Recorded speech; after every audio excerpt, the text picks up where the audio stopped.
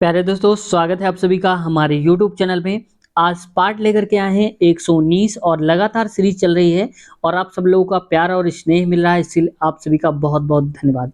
दोस्तों, आज हम 119वें नंबर के पार्ट करेंगे और 100 के ऊपर हम बहुत सारी जो सीरीज है वो स्पेशल सीरीज चला रहे हैं, जिसमें से हम बताते ये भी हैं, कोई अगर ऑप्शन आता है तो उसके बारे में भी हम डिस्कस करते हैं, कोई क्वेश्चन आता है तो उसके बारे में भी कोशिश करते हैं कि उसको डिटेल से बता सकें, ताकि दोबारा कभी कोई क्वेश्चन आपसे पूछ लिया जाए तो गलत करके आप ना हो।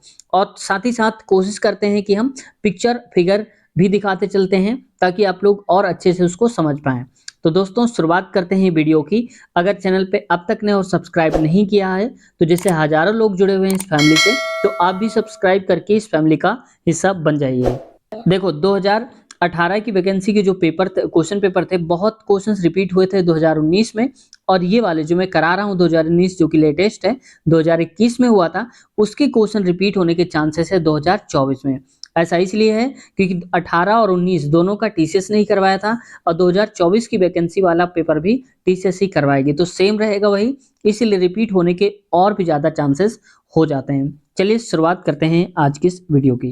पहला क्वेश्चन है आज का हमारा, क्योंकि इसके पीछे से हमने करवा दिए थे और इसके आगे जहां से हमने छोड़ा था वहां से आज शुरू करेंगे। यदि अंडर रूट 2116 गुणे अंडर रूट 41 भागे x बराबर 92 है तो x का मान ज्ञात करिए। देखो, जब कभी ऐसा क्वेश्चन आ जाए तो आप सबसे पहले ऑप्शन से उठाया करो। तो x की जगह में मान लो हम क्या रखें, तो पहले ऑप्शन में लेता हूं, यहाँ पर मान लो कि 6 रखता हूं। ठीक है, तो अब देखो, अंडर रूट 48 भागे में 6 हो जाएगा, 6 8 48 यानी कि अंडर रूट में 8 आएगा। और 8 को अगर करोगे ना तो परफेक्ट नंबर नहीं बन पाएगा, क्यों? क्योंकि 2 अंडर रूट 2 आएगा, तो अंडर रूट 2 तो पहले ऑलरेडी रहेगा यहाँ पर, अंडर रूट तो रहेगा ना, ये हटेगा नहीं, तो इसका मतलब ये 6 नहीं होने वाला है। अब 2 रख के चेक करते हैं, तो देखो ये लिखा है 48 भागे में 2, तो ये हो जाएगा इसका आधा 24। 24 को हम क्या लिख सकते हैं, 8 गुणे में 3, और अभी हमने इसको लिखा भी, तो ये भी अंडर रूट में ही वैल्यू आएगी, है ना। और आगे जब सॉल्व करेंगे तो अंडर रूट तो वैसे भी बन जाएगा। तो अब मान के चलते हैं कि अगर 12 होगा, तो देखो 48 और 12 तो कितना हो जाएगा, 12 चौक 48, ये बात ठीक है। तो देखो 4 का अंडर रूट करेंगे तो 2 आएगा, यहाँ तक तो हमें ठीक लग रहा है, मान लो कि 2 आएगा। तो बचा कितना, मैं इसको हटा करके लिख देता हूँ, 2 आप याद रखना, ठीक है। तो यहाँ आएगा 2116 गुणे में 2, इतना आएगा। 2 छक्के क्या हो जाएगा, 12 यानी कि 2 आएगा। तो अब देखो जरा कि अगर किसी नंबर के लास्ट में 2 होगा, उसका अंडर रूट निकालेंगे तो क्या 2 ही आ जाएगा? नहीं आएगा ना, तो इसलिए क्या हो गया कि ये तीनों ही गलत हो गए। अब 3 को लेकर चलते हैं, ठीक है। तो यहाँ मैं लिख देता हूँ 2116 गुणे में 48 और भागे में 3, 3 लेकर चलता हूँ, ये पूरा अंडर रूट समझना। पहले इतने को सॉल्व कर लो, तो देखो 48 बटे में 3 हो जाएगा, तो 3 एक कम 3, यहाँ 3 एक कम 3, 3 छंग 18 आएगा 16। तो अंडर रूट 16 क्या होता है, 4 होता है। तो इसका मतलब हो जाएगा, ये पूरा हटा करके मैं इसको 4 लिख देता हूँ, यहाँ से यहाँ तक 2116 गुणे में 4, ठीक है, 4 आ जाएगा। अब ये अंडर रूट में ही रहेगा, तो देखो 2116 का या तो आप फैक्टर कर लो या मल्टीप्लाई करा के पूरा आप कर लो। चलो मल्टीप्लाई करा देता हूँ, तो 4 छंग कितना हो जाएगा, 24 हो जाएगा, यानी कि 4, 4 एक कम 4, 2 6 और 4 एक कम 4, 4 दूनी 8, यानी कि इतना हो जाएगा, 84 64 हो जाएगा, ठीक है। अब देखो यहाँ पर, अब आपको पूरा नहीं करना, देखो ये 92 जो लिखा है, तो अब इसको चेक कर लो कि 92 92 2 बार करने पर क्या इतना आ रहा है, अगर इतना आ रहा है तो सही है, ठीक है। तो इसको भी पूरा मल्टीप्लाई नहीं करना, मैंने आपको ट्रिक बता दिया है इसको सॉल्व करने के लिए। इसके लिए आपको यही ट्रिक याद रखनी है। तो यहाँ पर करेंगे 2 2 जा 4, यानी कि आप ऐसा कर लो, 9 है तो 9 का स्क्वायर कर लो 81, 2 का स्क्वायर 2 होता है, 2 का स्क्वायर 4 होता है, तो 0 4 लिखो 2 डिजिट पे। वहीं देखो 9 दूनी 18, दूनी 36, यानी कि ये बस आप जोड़ लो, तो 6 4 4 और 8, देखो 84 64 आ रहा है, ये भी 84 64 आ रहा है, इसका मतलब ये सेम है। तो ऑप्शन नंबर हमारा सही कौन सा हो जाएगा, ये चौथा वाला करेक्ट आंसर हमारा हो जाएगा, ठीक है। तो अभी आपको थोड़ा सा लगा होगा कि टाइम ज्यादा हो गया है, तो देखो टाइम नहीं है, क्योंकि जितना ज्यादा आप प्रैक्टिस करोगे उतना ही अच्छे से आप कर पाओगे। मैंने समझाने के लिए आपको आराम आराम से बताया है, इसलिए, वरना जब आप खुद करने बैठोगे ना तो बहुत जल्दी कर लोगे आप, ठीक है। आगे बढ़ते हैं नेक्स्ट क्वेश्चन पे। दिए गए विकल्पों में से उस संख्या को चुनें जो निम्नलिखित श्रृंखला में प्रश्न चिन्ह को प्रतिस्थापित करेगी, यानी कि प्रश्न चिन्ह क्वेश्चन मार्क की जगह पर क्या आएगा, इसको थोड़ा सा जूम करता हूँ, अब आप लोग देख करके बताओ क्या आएगा। तो देखो यहाँ पर लिखा है 4, 4 के बाद हो गया है 16। तो मान लो थोड़ी देर के लिए अगर कहोगे 4 का स्क्वायर 16, तो 16 का स्क्वायर 40 थोड़ी होता है, तो इसका मतलब स्क्वायर नहीं किया गया होगा। तो यहाँ देखो 4, 16, 40 है, यहाँ पर माफ कीजिएगा मैं 40 कर देता हूँ, 40 ऐसे और आगे। तो इसके बीच का अंतर निकालो तो कितना हो जाएगा, 12 का अंतर। इसके बीच का अंतर निकालो तो 40 16 हो जाएगा यानी कि 24। तो अब थोड़ा सा यहाँ से आप देखो कि दोगुना हर बार अंतर हो रहा है, 12 का अंतर फिर 24 का अंतर। अब आगे क्या होना चाहिए था, 24 का दोगुना 48। इसका मतलब है कि जो 40 लिखा है इसमें 48 और जोड़ना पड़ेगा। तो 808 और 4 4 8 यानी कि 88 आना चाहिए दोस्तों।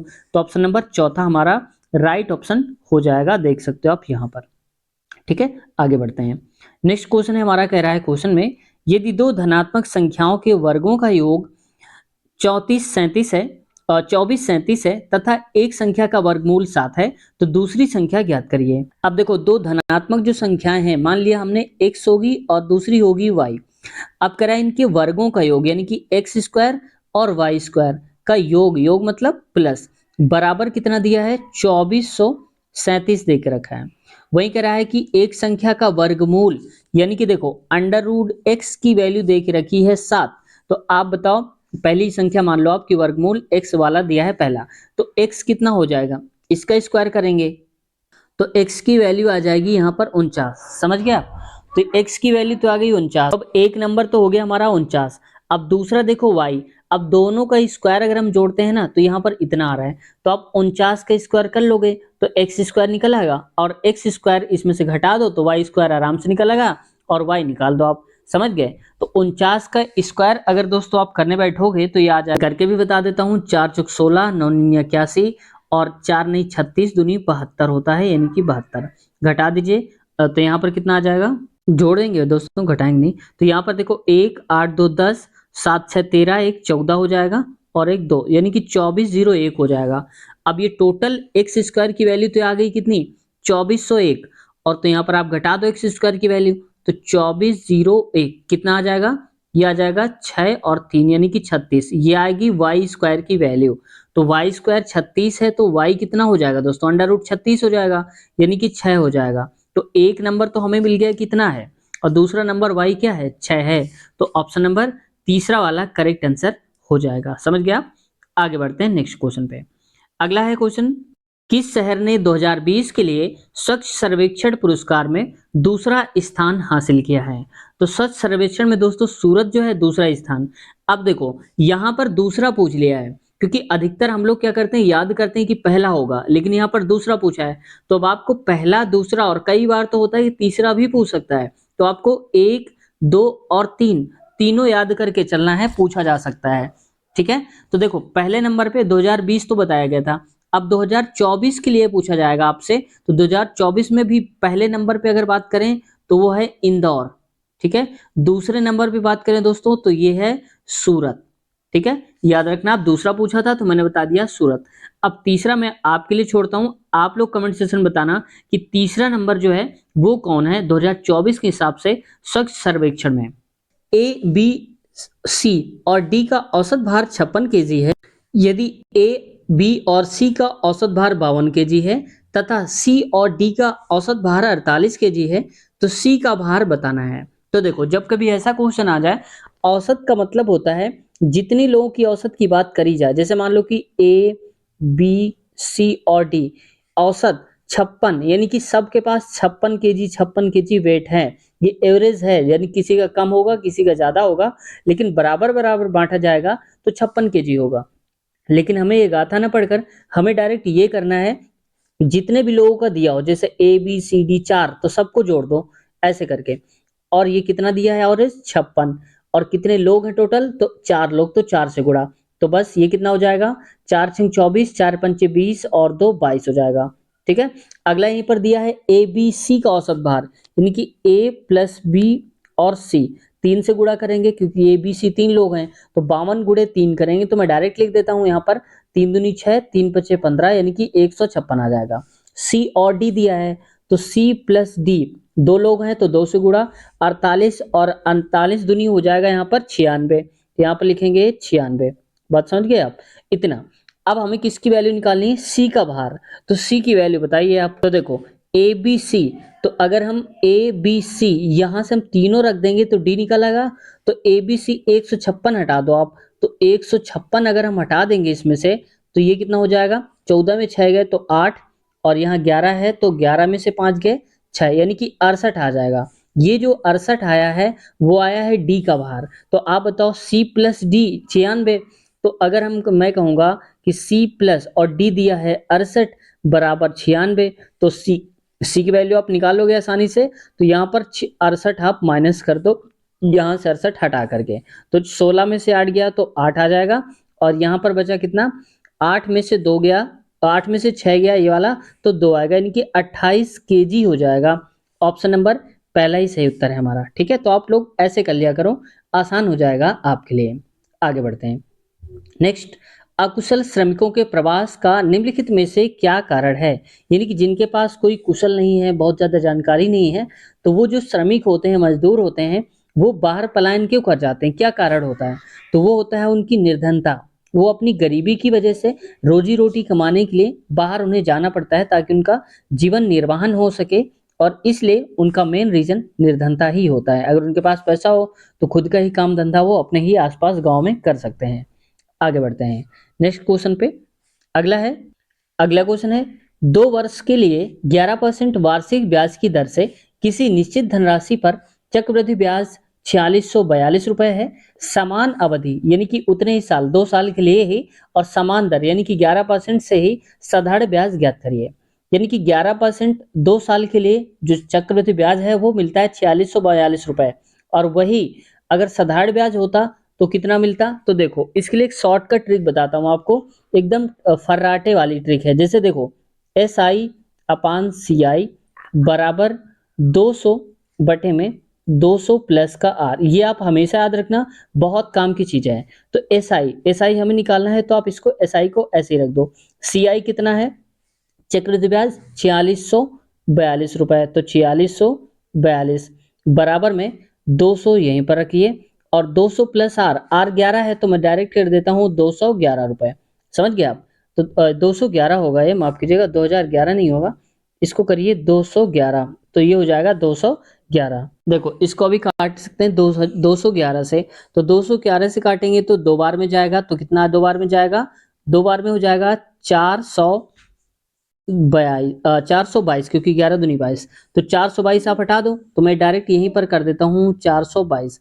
4 में से 2 गया तो 2, ये 2 लिखा हुआ है, थोड़ा सा जगह कम है इसलिए इधर उधर हो जाता है 2। अब देखो यहाँ पर 6 में से 2 गया तो आएगा 4, यहाँ तो कुछ बचा नहीं, तो ये 42 हो गया। 2 बचा इधर तो ये हो गया 2, 422। तो देखो 2 बार में 422 आया था, तो फिर 2 बार में कटेगा तो ये 422 भी चला जाएगा, यानी कि 22 आएगा। तो 22 कब आएगा? इसकी जगह में, तो मैं यहां पर लिखता हूं एस आई अपान 22 बराबर में 200। अब नीचे तो कुछ बचेगा ही नहीं, तो एस आई की वैल्यू बनाइए आप। तो देखो 2 दूनी 4, 2 दूनी 4, एक जीरो लगा दीजिए, तो हो जाएगा 440। ऑप्शन नंबर 440 यहाँ पर हो जाएगा, लेकिन डबल जीरो है दोस्तों, तो यहाँ पर एक जीरो और लगाएंगे, 4400 होगा। ठीक है, क्योंकि 200 था ना, तो 4400 हो जाएगा। बस ऑप्शन आपका देख लो कौन सही है, 4400 पहला ही सही उत्तर हमारा हो जाएगा। आगे बढ़ते हैं नेक्स्ट क्वेश्चन की तरफ। अगला क्वेश्चन, सबसे छोटी संख्या ज्ञात कीजिए जो 4707 में जोड़ी जानी चाहिए ताकि योग 4, 5, 6 और 8 से पूर्णतः विभाजित हो जाए। यानी कि कह रहा है कि 4707 हमारे पास नंबर है, उसमें से हम कौन सा नंबर यहाँ से लेकर के जोड़ दें कि ये 4, 5, 6 और 8 सबसे ही कट जाए। तो देखो सबसे पहले तो आप ये देखो कि इसको अगर हम 5 से काट रहे हैं तो लास्ट में 0 होना चाहिए, तो 7 है, 0 करने के लिए 3 जोड़ा जाना चाहिए। तो देखो दिमाग लगाकर ऑप्शन भी सब में लास्ट में उन्होंने 3 ही दिए हैं। ठीक है, तो यहाँ से आप देखते हैं आगे। मान लो कि 73 जोड़ा जाना चाहिए, तो 73 पहले आप ऐसे कर लो, 7 3 10, यहाँ पर 7 1 8, यानी कि 4780 हो जाएगा।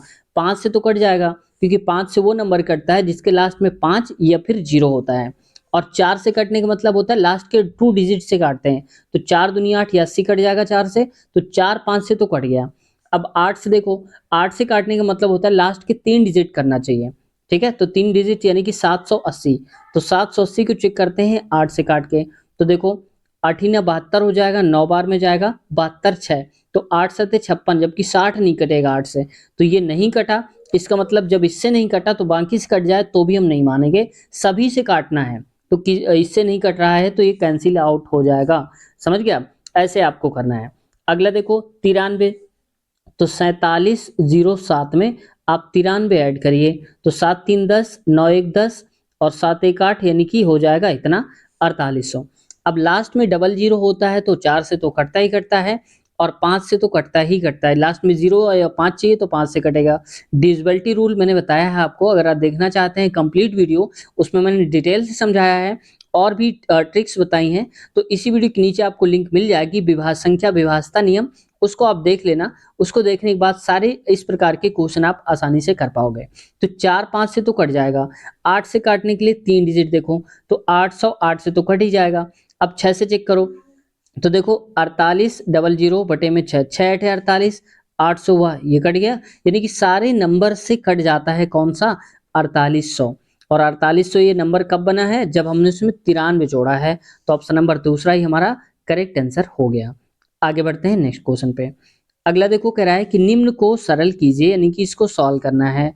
तो सॉल्व करने पे सबसे पहले आपको ये देखना है दोस्तों कि यहाँ पर साइन कौन सा है। सबसे पहले भाग, गुणा, जोड़ और फिर घटाना। और भाग से भी पहले हम सॉल्व करते हैं कोई अगर ब्रैकेट आता है तो।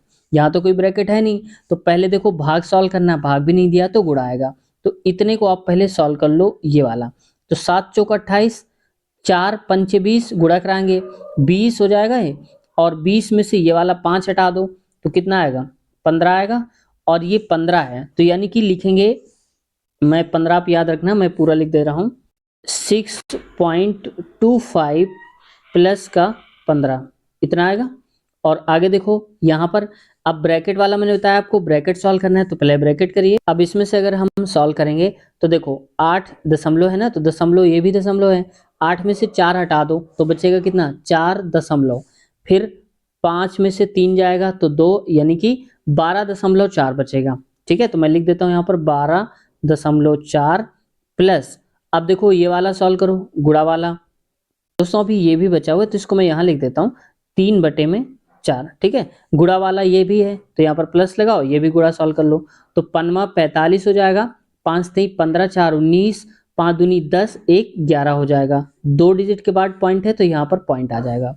इसको काटेंगे 4 से, 4 3 12 दशमलव 4 1 कम 4, यानी कि 3 से भी गुणा करा दो, ये वाला भी, तो क्यों बचे 3 1 कम 3, 3 3 का 9, यानी कि 9.3, ये हो जाएगा 15 6 21, 21.25। और बटे में देखो यहाँ पर इसको 30 मान लो, क्योंकि 30 मान लो तो आसानी हो जाएगी 2 डिजिट जोड़ने में। तो 5 और यहाँ पर 9 3 12 दशमलव लगाइए, 9 1 10, 1 11 और 1 1 2, 21.25 और 21.25 देखो सेम आ रहा है दोनों में, तो ये दोनों ही कट जाएगा इससे, और कटने के बाद ऊपर नीचे कट जाएगा तो एक ही आएगा। तो ऑप्शन नंबर तीसरा सही हो जाएगा, एक उत्तर आएगा इसका, समझ गया। देखो कितना बड़ा क्वेश्चन था, इसको सॉल्व करने के बाद जो आंसर मिला वो केवल एक ही मिला, तो ऐसा क्वेश्चन देता है वो। ठीक है, आगे बढ़ते हैं। अगला क्वेश्चन है, कह रहा है इसमें राहुल राज का भाई है, राधा रमन की बहन है, राज राधा का पुत्र है, फिर राहुल का राधा से क्या संबंध है। तो देखो राहुल राज का भाई है, तो राहुल को मैं लिख देता हूँ RH और राज को RJ, ये दोनों भाई भाई हैं, दोनों प्लस कर दो ऐसे करके। ठीक है, ये RJ लिखा हुआ है, RJ समझना। अगला कह रहा है राधा रमन की बहन है, तो रमन तो यहाँ कहीं पर है नहीं क्योंकि राहुल और राज हैं। अभी आगे देखते हैं, राज राधा का पुत्र है, तो राधा यहाँ पर होंगी RD लिख देता हूँ, माइनस माइनस क्यों, क्योंकि फीमेल है। अब इसका पुत्र है कौन, राज। अब अगर ये नहीं भी मिल पा रहा ना, राधा रमन की बहन है, तो यहाँ से देखो कोई बात नहीं, राज राधा का पुत्र है लिख दिया हमने। अब ये राधा का पुत्र कौन है, राज है, और ये राज और राहुल दोनों आपस में भाई भाई हैं, तो जब एक बेटा और ये दूसरा वाला भाई भाई हैं, तो अगर राधा का बेटा राज्य होगा यानी कि राज, तो राहुल भी तो बेटा ही होगा उसका, तो बेटा ही लगेगा, यही तो पूछा है। राहुल का राधा से क्या संबंध है, तो बेटा होगा किसका, राधा का। आगे बढ़ते हैं, नेक्स्ट क्वेश्चन है, और इस क्वेश्चन में कह रहा है दिए गए पैटर्न का ध्यानपूर्वक अध्ययन करें, यानी कि पढ़ें और उस संख्या का चयन करें जो प्रश्न चिन्ह डैश के स्थान पर आ सकता है, यानी कि क्वेश्चन मार्क के स्थान पर। इसको मैंने जूम कर दिया है। अब आप लोग बताओ, देखो यहाँ पर मल्टीप्लाई करा लो। जैसे 3 × 5 = 15, 15 135, तो 135 आ गया। वही देखो 5 × 20, मैं ऐसे इसलिए करा रहा हूँ, आप चाहो तो 5×7 = 35 भी कर सकते हो। 5 × 20 करने से क्या होगा कि जीरो मिल जाएगा, जीरो आसान हो जाएगा मल्टीप्लाई कराने पर। गुणे में 7 कर दो आप ये वाला, 7 दूनी 14, 140, तो यहाँ पर भी 140। इसका मतलब जितने भी नंबर्स दिए हैं सारे का मल्टीप्लाई कराते जाना है। तो 5 गुणे में हमें नहीं पता है, और यहाँ पर देखो तो 5 गुणे में 5 करा दो 25। अब 25 में हम किसका गुणा कराएं, मान लो x का करा रहे हैं, तो मिलना चाहिए कितना 150। तो x की वैल्यू हो जाएगी कितनी 150 बचे में 25 बटे में। अगर आपको डायरेक्ट आ रहा है तो x वक्स मत लिखिए, डायरेक्ट ऑप्शन से उठाकर चेक कर लीजिए, वहां से आप करना। तो 25 छक्का 150, तो x की वैल्यू आ जाएगी 6, तो यहां पर होना चाहिए दोस्तों 6। तो देखते हैं ऑप्शन नंबर पहला ही देखो सही उत्तर है, 6 लिखा हुआ है करेक्ट आंसर। नवंबर 2020 में मुंबई में लॉन्च की गई कलवरी श्रेणी की पनडुब्बी का नाम क्या है? तो ये INS वाजीर था, वागीर कह सकते हो। तो ये तो देखो अब आपसे नहीं पूछा जाएगा, अब आपसे 2024 वाला पूछा जाएगा। तो 2024 के लिए अगर ये क्वेश्चन आए तो आप ये पनडुब्बी याद रखना, INS अरिघाट, ठीक है। ये INS अरिघाट और अरिधमान, ये दोनों याद रखना, आप दोनों में से कोई भी पूछा जा सकता है। चलिए मैं इसका फोटो भी दिखा देता हूँ। ये देख सकते हो आप, इस प्रकार की एक सबमरीन यानी कि पनडुब्बी होती है जो कि नीचे पानी की चल रही होती है, और बहुत ही खतरनाक पनडुब्बी है, दुश्मन को मार गिराने वाली है। तो याद रखना आप कि ठीक है INS अरिघाट। एक और मैं दिखाता हूँ दूसरी टाइप की पनडुब्बी, ये पनडुब्बी है जो कि लॉन्च होने के लिए जा रही है। तो ये दो टाइप की जो पनडुब्बी हैं, ये आप दूसरी याद रखना, नाम मैं फिर से बता देता हूँ आपको, INS अरिघाट और INS अरिधमान, ठीक है, इनको आप लोग याद रखना। 1920 में किस आंदोलन को असहयोग आंदोलन के साथ जोड़ा गया था? तो ये था दोस्तों खिलाफत आंदोलन को जोड़ा गया था असहयोग आंदोलन के साथ। और असहयोग आंदोलन हुआ था दोस्तों 1 अगस्त और 1920 को। जैसा मैंने कई वीडियोस में बताया, आपको शायद रट भी गया होगा, और नहीं अगर याद है तो आप पेन कॉपी लेकर के इसको नोट कर लीजिए। और वहीं पर देखो होम रूल की बात हो रही है, होम रूल मूवमेंट। तो इसकी मतलब स्थापना जो करी थी वो करी थी एनी बेसेंट ने, उन्होंने शुरुआत करी थी एनी बेसेंट ने। और इसकी शुरुआत हुई थी 1916 में, और कहाँ पर, चेन्नई अधिवेशन जब हुआ था, कांग्रेस का जो अधिवेशन हुआ था उस पे हुआ था, चेन्नई, जो कि हम अब मद्रास के नाम से पहले जानते थे, ठीक है। तो 1916 में हुआ था होम रूल मूवमेंट। स्वदेशी आंदोलन आप जानते होंगे दोस्तों, ये हुआ था 7 अगस्त 1905 को शुरुआत हुई थी, इसको 1905 के लीजिए आप इसको, 1905 में। और इसमें क्या था, स्वदेशी, स्वदेशी से मतलब भी समझ सकते हो कि यहाँ पर केवल देश में निर्मित, ठीक है। तो देखो स्वदेशी आंदोलन, इसका मतलब ही क्या है कि स्वदेशी अपने खुद के देश में जो निर्मित उत्पाद हैं उनको बढ़ावा मिले, और जो बाहरी चीजें हैं उनको हम बहिष्कृत करें, उनका इस्तेमाल ना करें, स्वदेशी चीजों का इस्तेमाल करें, ठीक है। तो ये था स्वदेशी आंदोलन जो कि 7 अगस्त 1905 को किया गया था, ठीक है। और वहीं पर अगस्त क्रांति दोस्तों, तो 8 अगस्त याद रखना, और 1942 को, इसको दूसरे नाम से क्या जानते हैं, भारत छोड़ो आंदोलन। ये कब हुआ था, तो बंबई में जब कांग्रेस अधिवेशन हुआ था दोस्तों, वहां पर इसकी शुरुआत हुई थी 8 अगस्त 1942 को। अच्छा आप लोग बताना कि बंगाल विभाजन कब हुआ था, किस सन में हुआ था, ठीक है। देखते हैं कितने लोगों को सही जवाब पता है। अगला क्वेश्चन देखो, नेक्स्ट क्वेश्चन हमारा कह रहा है कि उस वेन आरेख का चयन करें जो वर्गों के दिए गए सेट के बीच संबंधों को सबसे अच्छी तरह से दिखाता है, इनकी जो परफेक्टली दिखा रहा हो उसको देखो। तो ये है छात्र, इंटर्न और अनुसंधानकर्ता। तो देखो छात्र जो हो सकता है दोस्तों, हो सकता है कि कोई छात्र ऐसा हो, कोई इंटर्न कर रहा हो, कोई अनुसंधानकर्ता भी बन जाए, सब नहीं बन सकते हैं, थोड़ा थोड़ा कोई बन सकता है, सब में कॉमन हो सकते हैं। तो कुछ इस टाइप का इसका फिगर बनेगा। तो यहाँ पर दिया नहीं है क्या, तो देखते, ये देखो लास्ट में दिया है, ठीक है। तो किसी एक को मान लो आप छात्र, अनुसंधानकर्ता और यहाँ पर इंटर्नशिप, तो ऑप्शन चौथा हमारा करेक्ट आंसर हो जाएगा। ग्रीन हाउस गैसों का सबसे बड़ा उत्सर्जक क्षेत्र कौन सा है? तो ये है दोस्तों ऊर्जा, जिससे ऊर्जा का निर्माण होता है, और उसमें ग्रीन हाउस गैसें सबसे ज्यादा निर्मित होती हैं और सबसे ज्यादा निकलती भी हैं। तो देखो सबसे ज्यादा अगर आप परसेंटेज पे देखेंगे तो यहाँ पर किस में है, ऊर्जा के क्षेत्र में ही है, चाहे वो इंडस्ट्री के बारे में हो चाहे तो इसमें दिया हो। ठीक है, इसमें देखो इंडस्ट्री में ऑयल गैसेस से आयरन स्टील सीमेंट्स, ये पूरा का पूरा मिलाकर देखोगे आप तो 29% है। वहीं पर इलेक्ट्रिसिटी जो है ये पूरा का पूरा ऊर्जा निर्माण की ही बात हो रही है, इसमें भी आता है केवल, देख सकते हो 29 दुनाई कितना होता है 58, 58% अकेले इसमें ऊर्जा उत्पादन से ही इसका निर्माण होता है, किसका, ग्रीन हाउस गैस का। वहीं पर बिल्डिंग्स के बारे में देखो, रेसिडेंशियल, कमर्शियल और रिप्रेजेंट्स जो होता है वो 7, ऐसे ट्रांसपोर्ट में 15% और एग्रीकल्चर के क्षेत्र में 20%। ठीक है, तो सबसे ज्यादा पूछा था तो मैंने सबसे ज्यादा बता दिया। एक और देखो आप यहाँ पर इस हिसाब से देखो, कार्बन डाइऑक्साइड इतने ppm है और वहीं पर ओजोन इतने हैं, और ऐसे करके आप इसका स्क्रीनशॉट ले लो, आपके बहुत काम आएगा। ठीक है, ऐसे आप समझ जाना। यहाँ पर देखो कलर भी बना दिए हैं, ओजोन, ओजोन का मतलब ये वाला देख सकते हो, और हाइलोकार्बन, जितने भी देखो हाइलोकार्बन होते हैं दोस्तों, उसमें ग्रीन उत्सर्जन ज्यादा होता है, जो हाइलोजन तत्व होते हैं उसमें से ग्रीन उत्सर्जन भी काफी मात्रा में होता है। तो ये हैं सारे। मीथेन आप समझ ही गए होंगे, कार्बन डाइऑक्साइड तो देखो भारी भरकम जो है वो सब इसी पे आता है। विश्व का सबसे लंबा रेल मार्ग कौन सा है, तो रेल मार्ग है दोस्तों सबसे लंबा ट्रांस साइबेरियन रेल मार्ग है। ठीक है, याद रखना, ये बहुत बार पूछा भी जा सकता है, और ये पड़ता है रूस में, ये भी आप पूछ लेना, हो सकता है कि कोई कंट्री का नाम दे दे तो उसमें भी बताना है। और ये दोस्तों इसकी लंबाई इतनी लंबी है, यानी कि कह सकते हो 1959 किलोमीटर लंबा ये ट्रैक है, जिस पर चलने पर 7 दिन लग जाते हैं इस पूरी दूरी को कवर करने में, 92-59।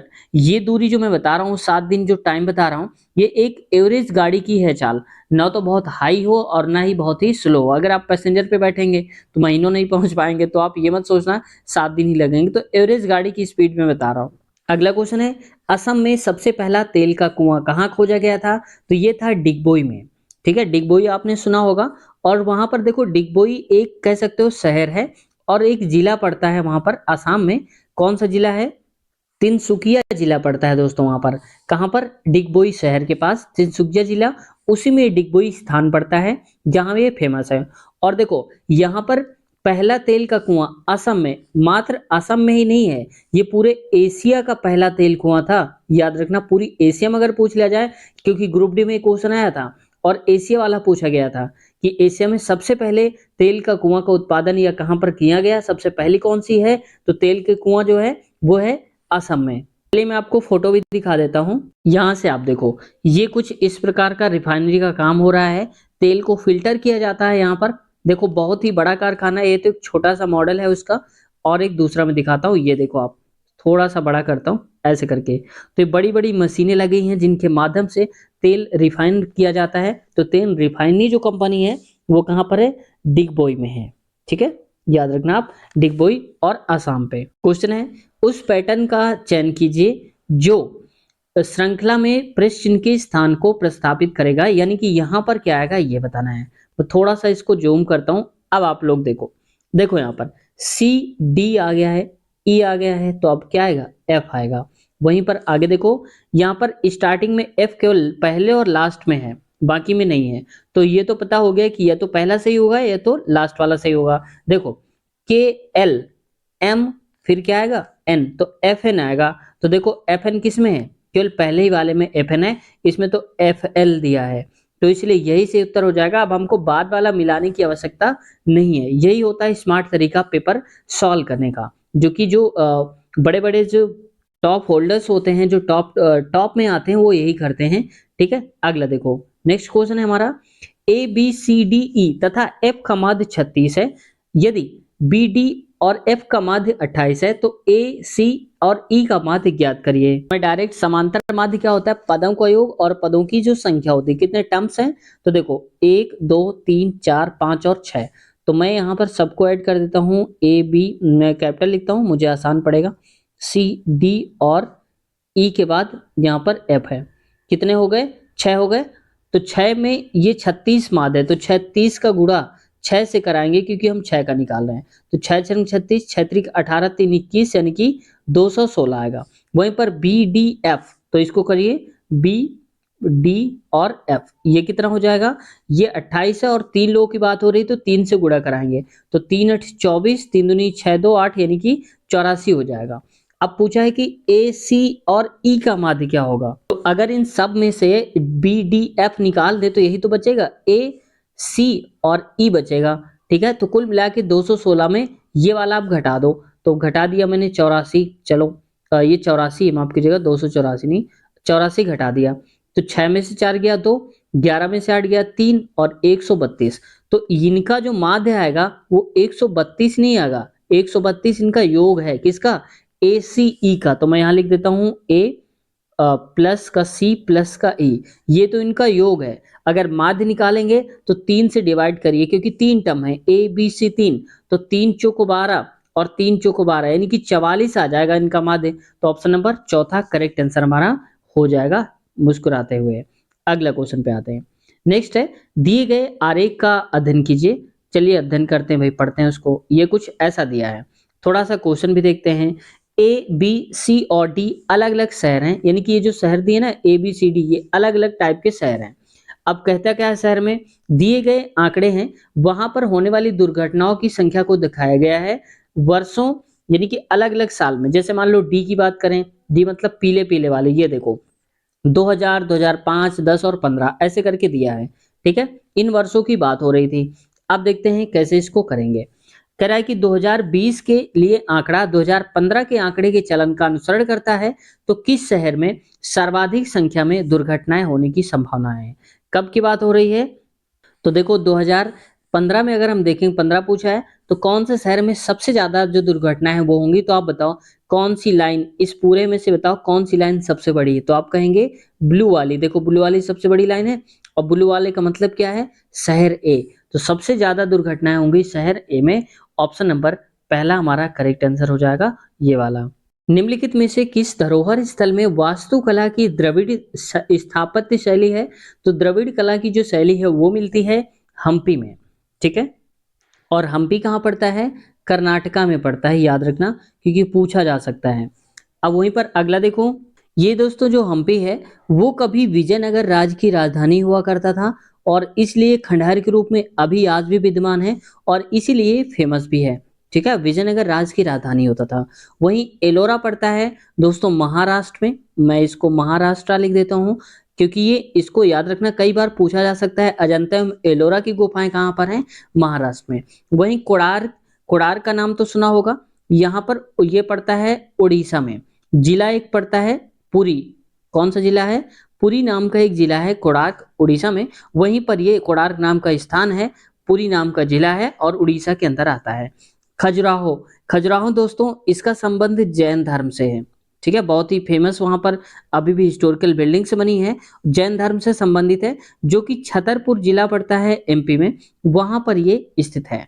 ठीक है, छतरपुर जिला पड़ता है मध्य प्रदेश में, और जैन धर्म से संबंध है खजुराहो का। क्योंकि रेलवे है, कुछ भी पूछ सकता है, तो आप लोगों से अगर ये पूछ लिया जाए खजुराहो का संबंध किस धर्म से है, बौद्ध धर्म, जैन धर्म, ऐसे करके, तो आप लोग जैन धर्म को टिक करेंगे। तो प्यारे दोस्तों आज की वीडियो हमने खत्म करी, 75 तक के क्वेश्चन, कुछ क्वेश्चन बच जा रहे हैं, तो इन क्वेश्चंस को कवर करेंगे हम नेक्स्ट पार्ट में। और नेक्स्ट पार्ट में ये पूरा का पूरा पेपर खत्म हो जाएगा, फिर हम अगला क्वेश्चन पेपर उठाएंगे। तो इन सारे क्वेश्चन का सोल्यूशन देखने के लिए आपको नीचे देखना है, डिस्क्रिप्शन में वहां लिंक होगी, अगला पार्ट लिखा होगा, उस पर क्लिक करते ही आगे क्वेश्चन ये सारे के सारे खुल जाएंगे, और आप आसानी से उनका सोल्यूशन भी देख पाएंगे। दोस्तों वीडियो कैसी लगी कमेंट सेक्शन में जरूर बताइएगा। किसी की कोई क्वेश्चन है, किसी भी प्रकार का कोई डाउट है तो आप कमेंट करिए। जैसे हजारों लोग कमेंट्स करते हैं, हम उन सबका रिप्लाई देते हैं, तो आपका भी रिप्लाई देने की पूरी कोशिश करेंगे।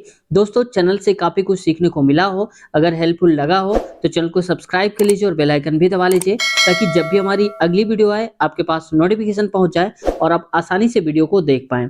साथ ही साथ दोस्तों ग्रुप डी और एलपी टेक्नीशियन किसी की भी आप तैयारी कर रहे हैं तो सबका हमने प्रीवियस ईयर क्वेश्चंस करवा दिए हैं, तो प्लेलिस्ट में चेक कर लीजिएगा। सबकी अलग अलग प्लेलिस्ट हमने बना दिया है। ग्रुप डी की सारे पेपर अलग से, अभी और भी करवाना बाकी है, बहुत सारे हो चुके हैं, तो बचे हुए क्वेश्चन और भी हम करवाएंगे। एलपी टेक्नीशियन भी करवा रहे हैं, एनटीपीसी भी करा रहे हैं। साथ ही साथ आप लोग कहते हैं सर रेलवे का इंटरव्यू लीजिए, वहां पर क्या सैलरी होती है, कौन सी बुक पढ़ें, क्योंकि जो लोग सिलेक्टेड होते हैं उन्हें पता होता है। तो रेलवे की इंटरव्यू हमने बहुत सारे लिए हैं, तो रेलवे की वीडियोस आपको देखने को मिल जाएंगी। तो इसी वीडियो के नीचे जिसको आप देख रहे हो इस वक्त, तो नीचे देखना डिस्क्रिप्शन में, वहां पर लिंक दे दूंगा मैं सारी वीडियोस की, एक एक वीडियो की, वहां से आप देख लेना। ठीक है, तो चलते हैं, मिलते हैं नए पार्ट में। नीचे क्लिक करिए, फिर मुलाकात करते हैं अगले पार्ट में। अपना ख्याल रखिए। Take care, bye bye.